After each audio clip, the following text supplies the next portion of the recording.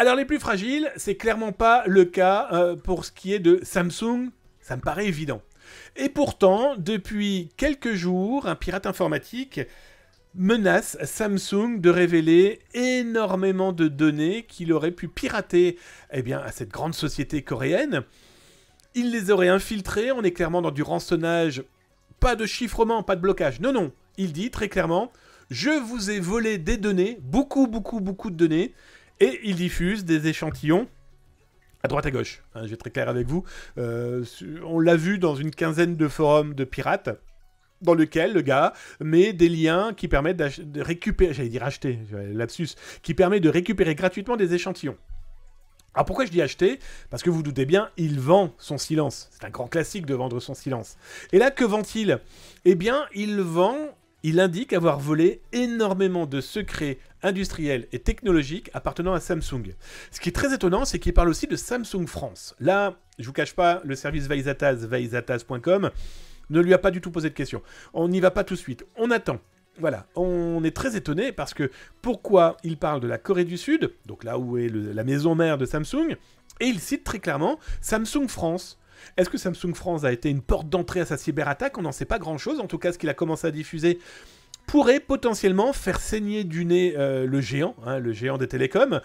Pourquoi? Parce qu'il diffuse des documents et des vidéos qui affichent ce genre de choses. Là, security warning, les informations contenues dans ce document sont confidentielles ou sont propriété de Samsung. Donc on aura compris qu'il est hors de question que je vous montre le contenu de ce que ce pirate a diffusé, parce que le contenu c'est simple. Hein. Alors, regardez ce qu'il est écrit dans ce contenu qu'il diffuse. Hop, bien sûr le logo Zataz il embête un petit peu le monde. Strictement confidentiel. Plus bas, vous avez Only for internal use. C'est limite si on n'est pas dans James Bond, seulement pour vos yeux. Bon là c'est simplement... Et là... Sujet confidentiel. Bref, c'est complètement fou. Donc, Samsung n'a pas du tout communiqué sur le sujet. Sont-ils au courant? Je pense, vu que ce pirate informatique fait suffisamment de bruit dans le dark web et indique les avoir contactés pour... Bref, c'est une fuite de données dont on n'a pas encore véritablement entendu parler. Moi, ce qui m'inquiète, c'est a-t-il d'autres informations? Sachant que ça, je vous le montrerai pas. Mais dans les documents que j'ai pu récupérer, il y a des logins, il y a des mails, il y a des mots de passe. Il montre aussi qu'il a pu accéder à certaines interfaces métiers internes. Bon, bah écoutez, à suivre.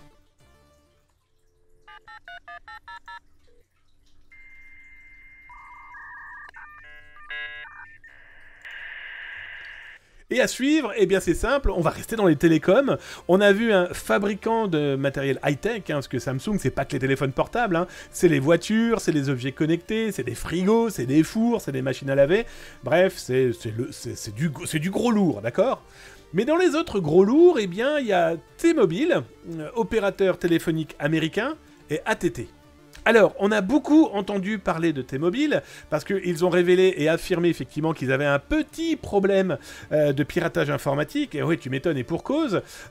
Il y a un pirate informatique qui a réussi à exfiltrer à partir d'une API, encore une fois une application qui était faillible, comme le cas de Twitter. Souvenez-vous, Zataz avait été l'un des premiers à vous montrer les problèmes que vivait Twitter avec une base de données de plus de 250 millions d'utilisateurs diffusés depuis gratuitement.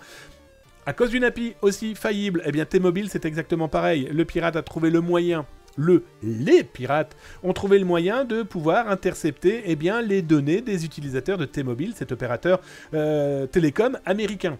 37 millions quand même de clients, c'est quand même pas négligeable. Alors je vous ai mis le lien là de l'article sur Twitch et sur YouTube. Tu le retrouves là en bas dans le descriptif et n'hésite pas à cliquer sur le petit pouce et la petite cloche. Ça te permet de t'abonner.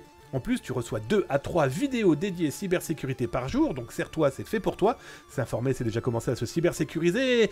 Donne-moi ton avis d'ailleurs, as-tu confiance en ton opérateur de téléphonie mobile? Tiens d'ailleurs, sur Twitch, vous avez confiance en votre opérateur? Est-ce qu'il vous est déjà arrivé de le contacter pour savoir de ce qu'ils en faisaient de vos données? N'hésitez pas à me le dire, parce que là, pour ce cas-là, c'est simple. T-Mobile, c'est donc plus de 37 millions de données clients, mais il n'y a pas que... Et non les amis, on a découvert aussi qu'un groupe de pirates informatiques plus orienté ransomware, s'était attaqué aussi à ITT. Et là aussi, rebelote, 37 millions de clients sont prêts à être mis en vente. C'est complètement fou. Complètement fou parce que là par contre on n'a pas du tout entendu parler. Mais alors, pas du tout parler. Plutôt inquiétant, bref... T-Mobile a quand même expliqué dans sa communication en disant « Bon alors on prend très au sérieux les données de nos clients, on s'excuse, on conseille aux clients de se renseigner pour voir comment ils peuvent se protéger. » Bah écoute, avec ça, on n'est pas sorti de l'auberge.